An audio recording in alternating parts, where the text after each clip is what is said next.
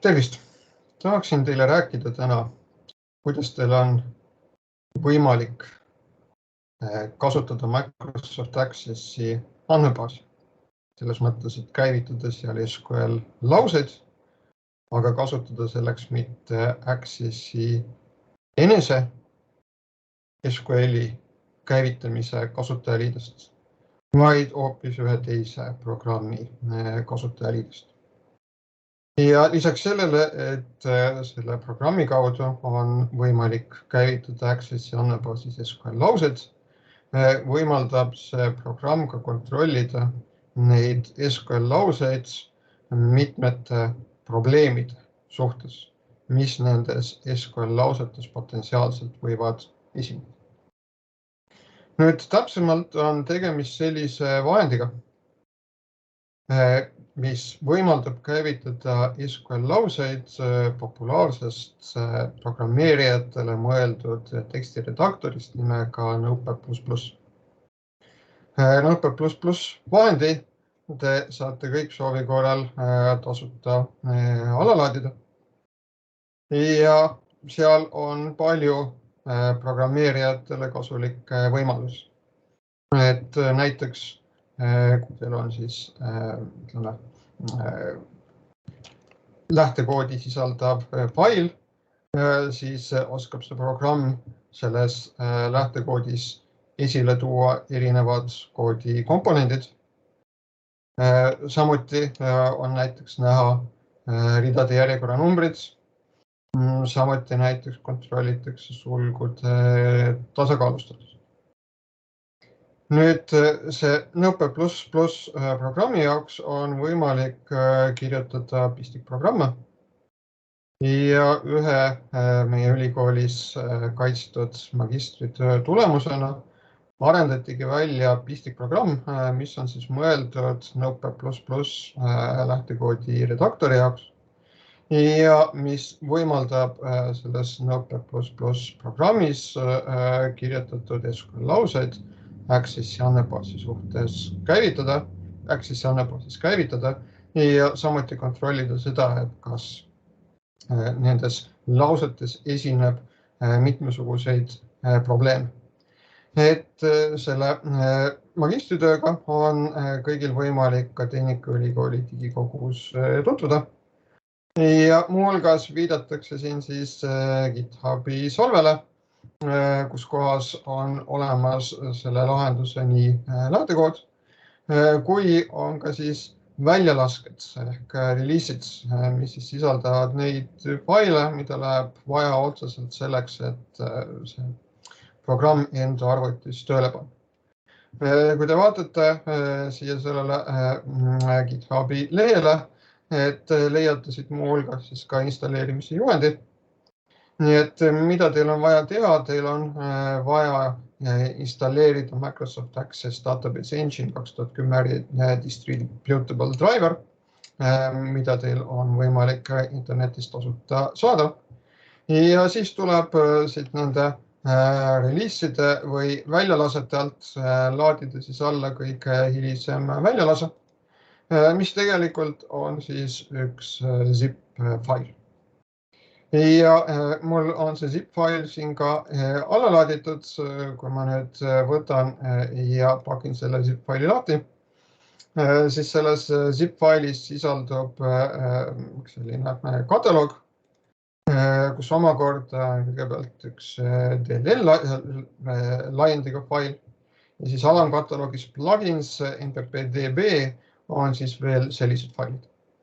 Et English ini Estonian ini, et need on siis keelefailid, mis siis on kasutusel selle jaoks, et kui otsitakse või kui see programm otsib siis võimalikke probleeme SQL lausetes, et siis kas raporteerida vigu eesti keeles või raporteerida neid vigu inglise keeles, et siin on vastavad veateated nii eesti keeles kui inglise keeles.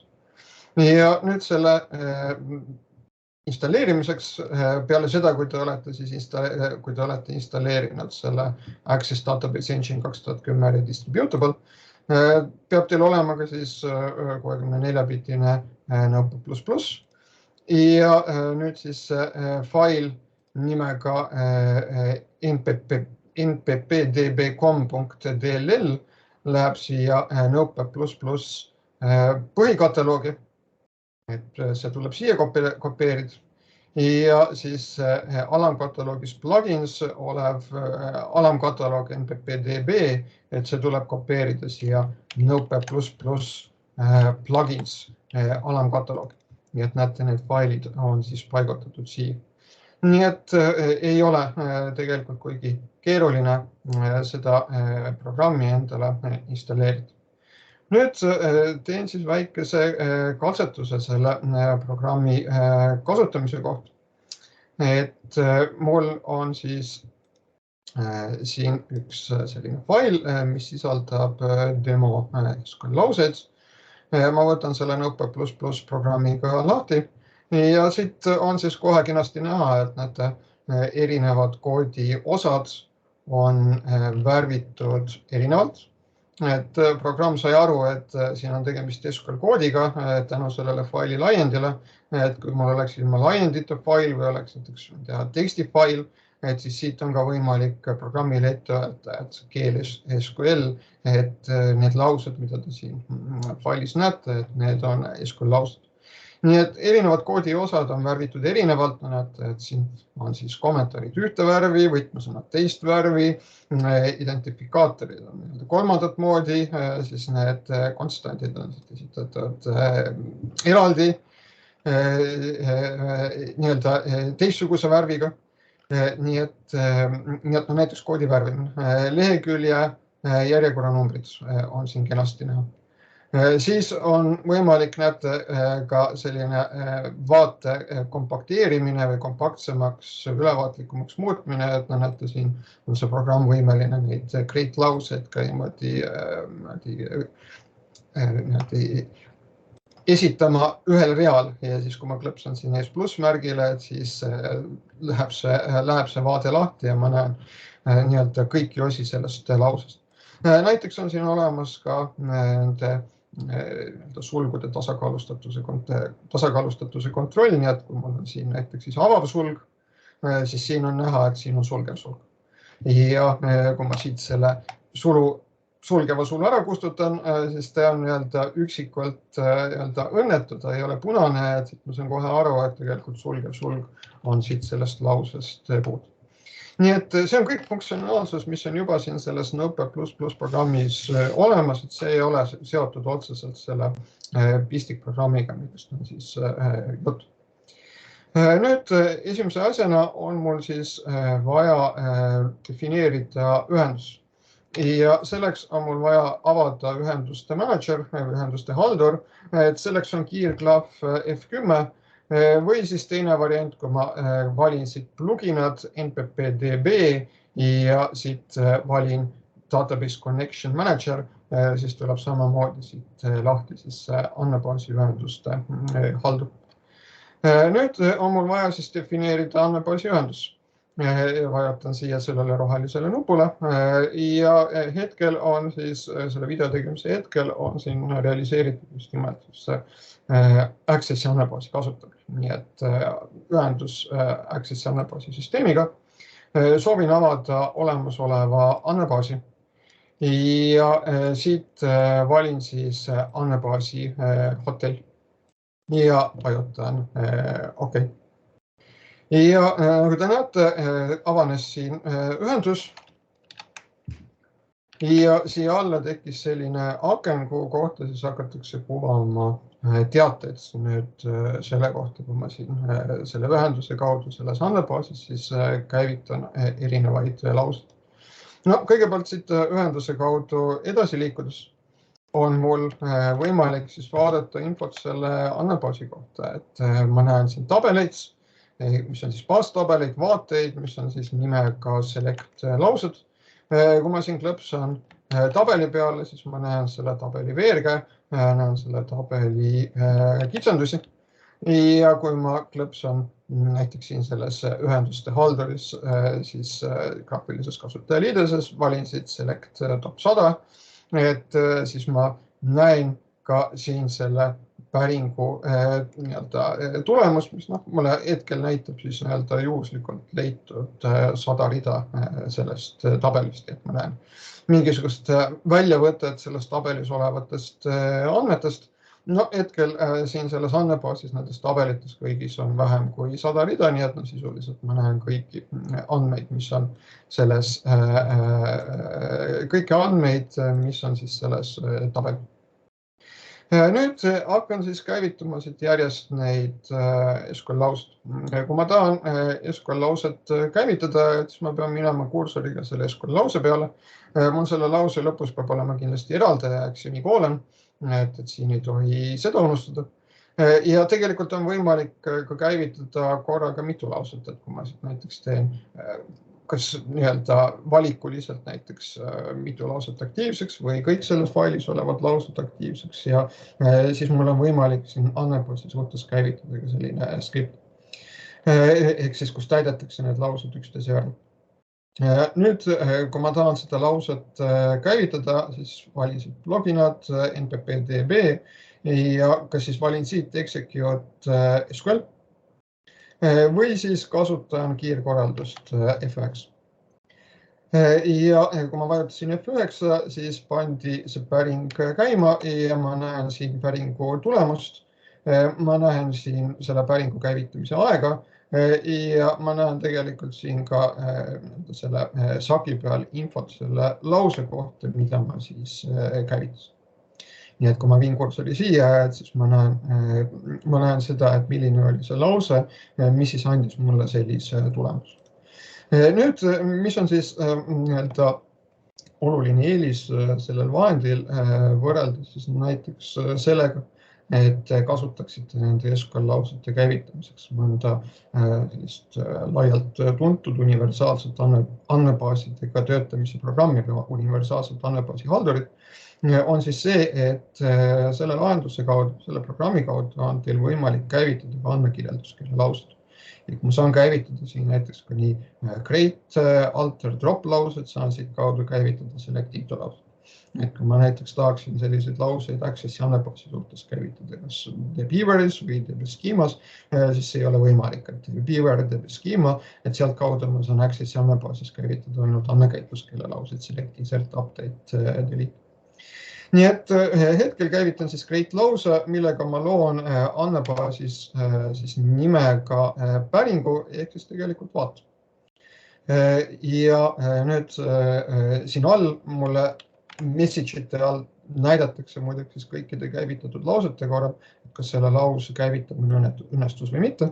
Et siin on näha, et lause käivitamine õnnestus. Ja nüüd, kui ma vaatan siis siit ühenduse alt views refresh, siis ma näen, et mulle on tekkinud siia siis vaade nimega Tallinna hotell. Nüüd tegelikult andmebaasi mõttes tekkis siis nimega select lause, mis siis tegelikult ongi andmebaasi vaade. Nüüd, kui ma olen siin selle vaate defineerinud, mul on võimalik teha vaate põhjal päring. Näete, päring õnnestub. Siis mul on soovi korral võimalik see vaate ära kustutada, drop view, vaate kustutamine õnnestus, nad jälle öeldakse, et success. Ja kui ma teen siit vaadete juurest refresh, siis ma näen, et siit alt see vaade kadus ühenduse kaudu. Näen, et siit see vaade kadus ära. Nüüd loon uue andmebaas, et vajutan siit plussmärgile.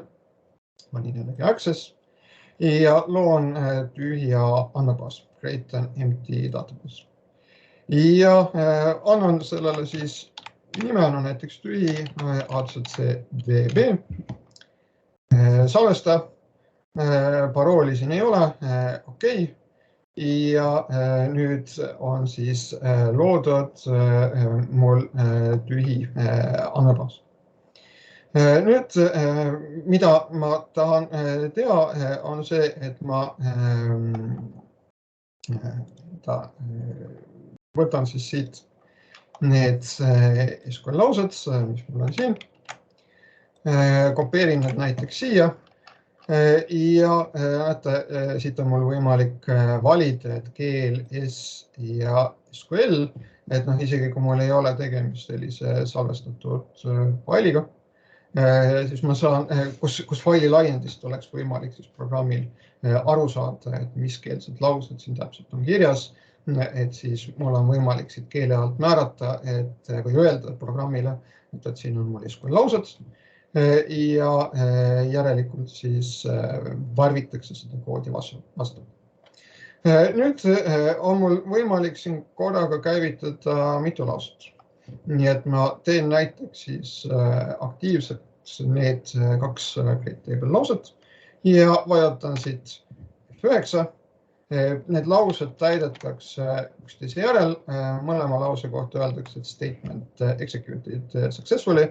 Ja kui ma valin siit selle ühenduse alt tüli tabelid ja valin refresh, siis ma näen, et on tekkinud tabel amet, on tekkinud tabel tööt. Et nüüd defineerin nende 2 tabeli vahelise seose, defineerin välisvõtme kitsenduse ja kui ma valin siit refresh töötaja, siis tegelikult on nüüd siit näha, et siia on ka see foreign key kitsendus tekkinud. Kui ma vajutaksin seda välisvõtme kitsenduse defineerimise lauset käivitaksin teist kord, siis nüüd ma saan siin veateate, sellepärast, et mul on sellises tabelis juba sellise nimega kitsendus ja mul on andmebaasis sellise nimega kitsendus.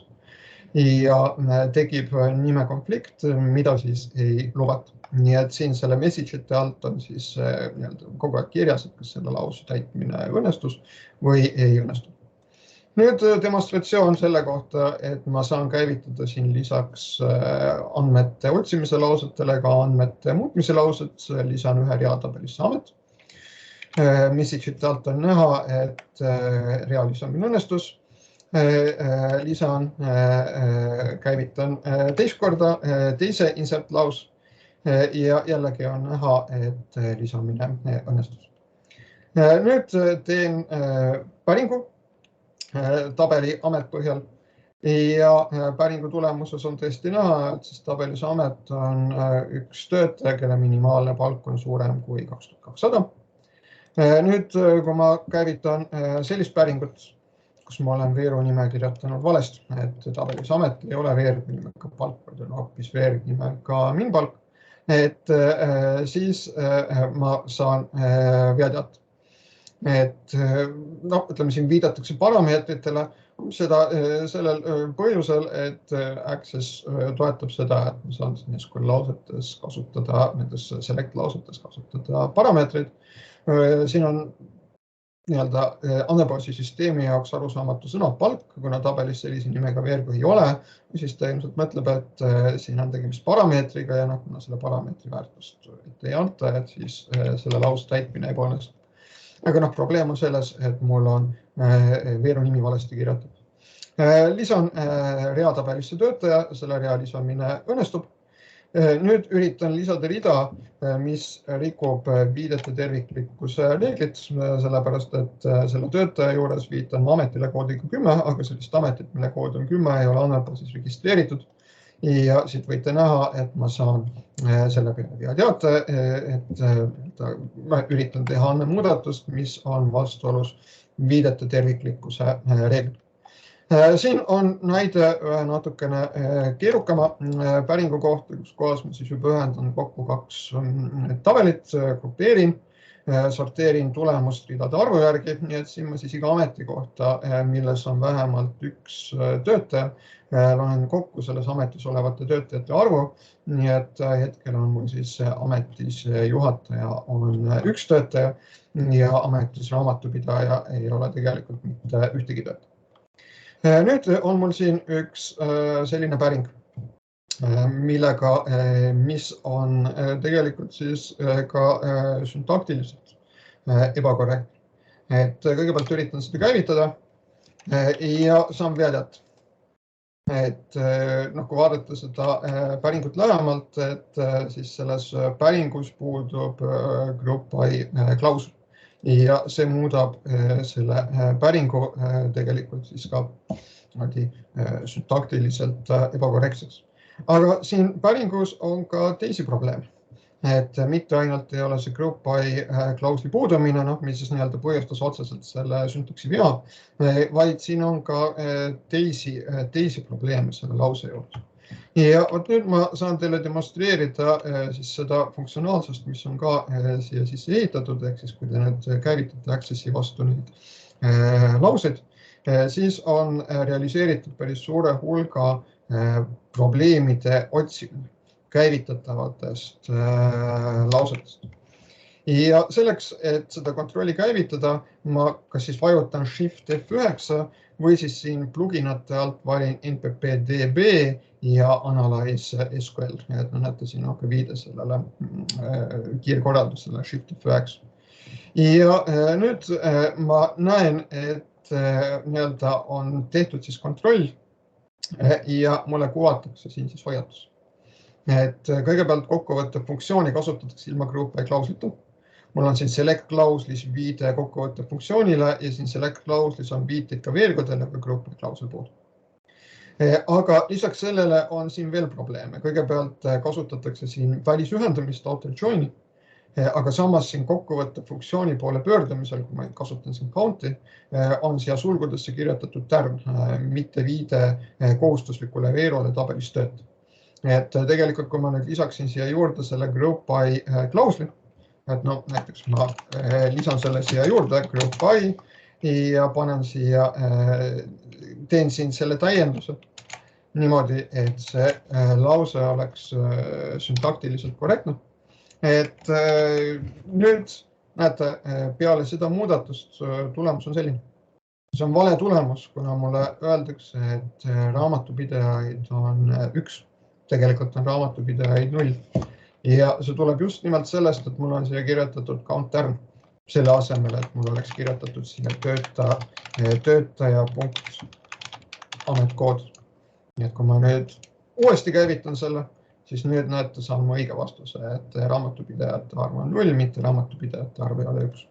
Ja lisaks sellele on siin ka probleem selles, et sorteeritakse veeru järjekorranumbri alusel, mis on probleemne selles mõttes, et juhul kui ma nüüd muudan siin select klauslis veergude järjekorda, siis tegelikult ma peaksin muutma siin ka seda order by klauslit. Ehk siin on selline asjatu sõltuvus nende erinevate klauslite vahel ja palju parem oleks antud juhul sorteerida siin ikkagi viidates otseselt sellele veerole, mille järgi ma tahan sorteerida ja Accessi puhul ma ei saa siin kasutada aliast, vaid pean kirjutama siia selle avaldis, ehk siis kirjutama niimoodi. Nii et kui ma nüüd vajutan uuesti Shift F9, et siis kontrollida nüüd uuesti seda lauset nende probleemide suhtes, et siis nagu te näete siin rohkem ühtegi probleemi välja ei toota. Ja kui vaadata nüüd seda lauset siin, et kõigepealt, kui ma selle lause lihtsalt käima panen, siis selle lause käivitamine õnnestus. Küll aga siis probleemide otsimine toob siin välja 2 probleemi. Et kõigepealt osutatakse sellele, et ma ühendan kokku 2 tabelid amet ja töötaja. Select klauslis on tärn, ma ei ole täpsustanud, milliseid veerge ma soovin päringu tulemuses näha. Et siin päringu tulemuses väga võimalik, et on üleliigseid veerge ja antud juhul isegi täiesti kindlasti on üleliigseid veerge. Sellepärast, et päringu tulemuses, nagu te näete, on ametikood kahekordselt, et on ametikood tabelist amet, on ametikood tabelist töötaja. Et kahekordselt ametikoodi kindlasti ei ole vaja mul küsida. Teine asi, millele juhitakse tähelepanu, on see, et siin where klauslis kasutatakse like predikaat, aga samas siin selles like predikaadi mustris puuduvad metamärgid, ega siis protsendimärk või alakriips. Nii et need on siis osundused sellistele võimalikele probleemidele või vigadele selles lauses. Ja tegelikult neid probleeme, mille suhtes siis kontrollitakse seda SQL lauset, et neid probleeme on siin tegelikult ka rohkem ja nendest probleemidest kirjutatakse siis ka selles kirjutatakse siis ka selles lõputöös ja esitatakse seal nende probleemide täielik nimekiri. Et loomulikult kohe tahan öelda, et tegelikult neid probleeme on veel rohkem, nii et kindlasti saaks seda programmi veel edaspidi täiendada. Ja nüüd, kui ma tahan siis näiteks töö lõpetada, et siis ma valin siit Disconnect ja mul on võimalik siit kaudu siis ka ära kustutada need ühendused, et kustutan siit selle ühenduse ja siit Disconnect ja kui ma valin siit Unregister, siis ma saan ka siit niimoodi seda ühendust kustutada. Nii et see oli väikene kasutamise näide. Et veel, mis puudutab teie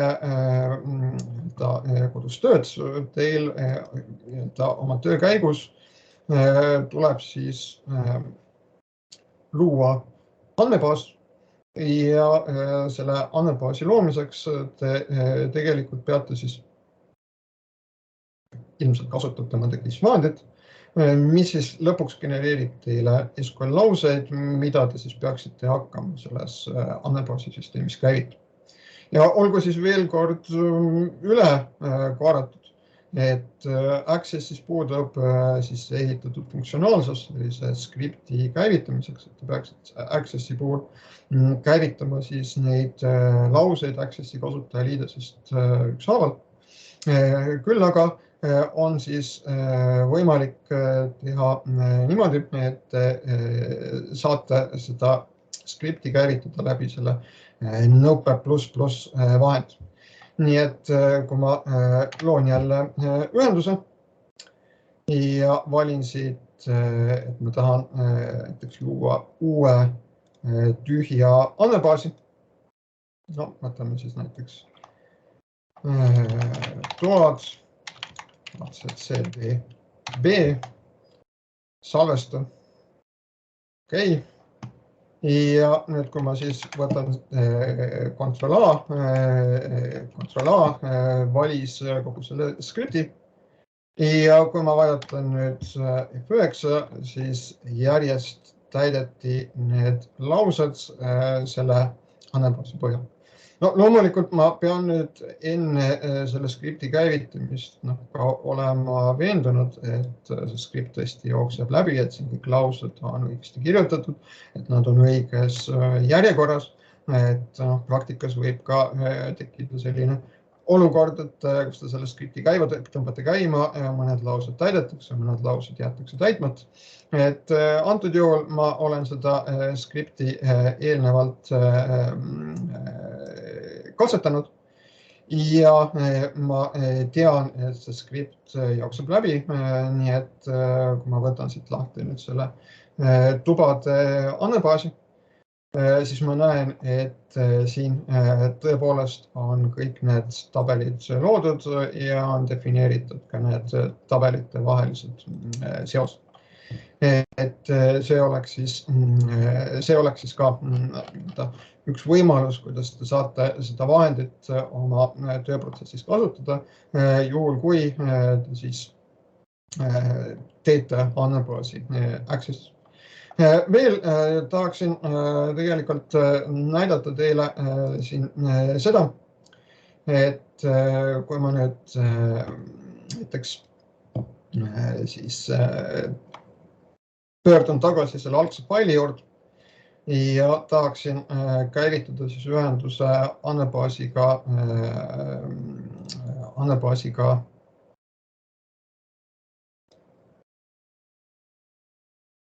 tühi,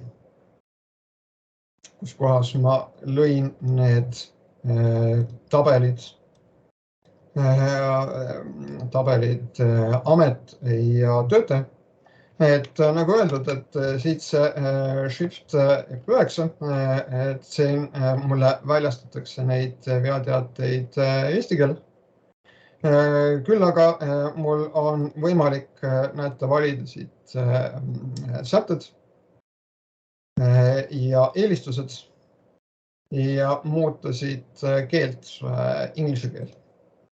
Ja kui ma nüüd käivitan siin Shift F9, et kui ma nüüd muutsin ära siin kasutajaliidese keele, et see on nüüd inglise keel, siis mulle väljastatakse need veateated siin väljastatakse need veateated mulle siin siis inglise keeles.